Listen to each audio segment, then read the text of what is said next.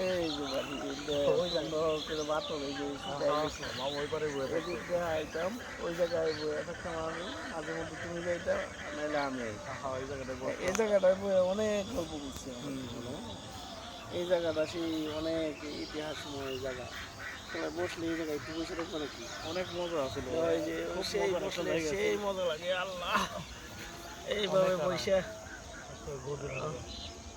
এই জায়গায় বৈশা ধানের পাতা নড়ে চড়ে কত মনে পড়ে কত কিছু মনে পড়ে ধানের পাতা নড়ে চড়ে কত কিছু মনে পড়ে কত কিছু মনে পড়ার মধ্যেই আসলে আছি আমরা আসলে শৈশবটা অনেক সুন্দর সুন্দর সময় মানুষ যখনই সংসারে পদার্পণ করে অর্ধেক মানুষের জীবন শেষ হয়ে যায় ওই জায়গায় বাকি অর্ধেক শুধু থাকে যুদ্ধ আর যুদ্ধ জীবনে যুদ্ধটা শুরু হয় হচ্ছে শৈশব শেষ হইলে যখন বিবাহিত হয় একটা মানুষ।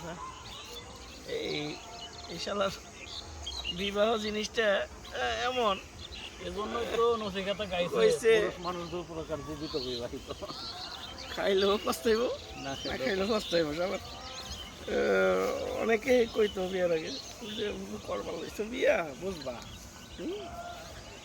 তবে আমি মনে করি আসলে মানুষ যুবক হওয়ার সাথে সাথে বিয়ে করা উচিত আর ওর ওই প্রথম থেকেই লাইন গার্ড করা উচিত।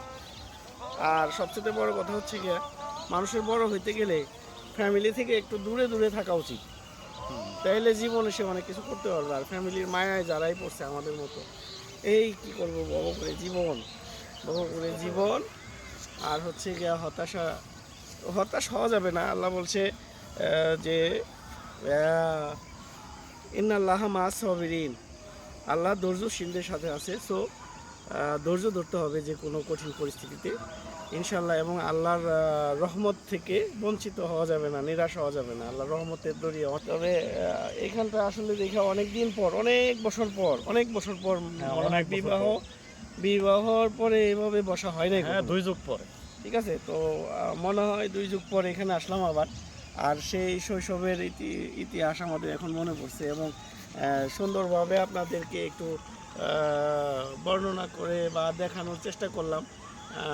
আমাদের শৈশবটা আসলে অনেক মধুর ছিল, অনেক বন্ধুত্বপূর্ণ ছিল, অনেক ফ্রেন্ড আমরা পাই না এখনও যারা শৈশবে ছিল। এখন যাদের সাথে দেখা হয় এই মাঝে মধ্যে তাদের একটু সময় দিতে হয় এই। আর বন্ধুত্ব শৈশবে যারা থাকে ওরাই এক সময় সাস্টেন করে, আর মাঝখানে যত বন্ধুই আসবে আস্তে আস্তে আস্তে আস্তে সবাই কেটে পড়ে তার স্বার্থের কারণে। সো সবাই ভালো থাকবেন, সুস্থ থাকবেন এবং শৈশবের বন্ধুদের মনে রাখবেন, অল টাইম বন্ধুদের স্মরণ রাখবেন এবং একটু হলেও বন্ধুদের সময় দিবেন। ওকে, পরিবারের ফাঁকে ফাঁকে বন্ধুদের একটু সময় দিবেন, আপনার ভালো একটু সময় কাটবে। সবাই ভালো থাকবেন, সুস্থ থাকবেন এই আশা ব্যক্ত করে আমরা বিদায় নিচ্ছি শৈশবের স্মৃতিচারণ থেকে। আসসালামু আলাইকুম ওয়া রাহমাতুল্লাহ।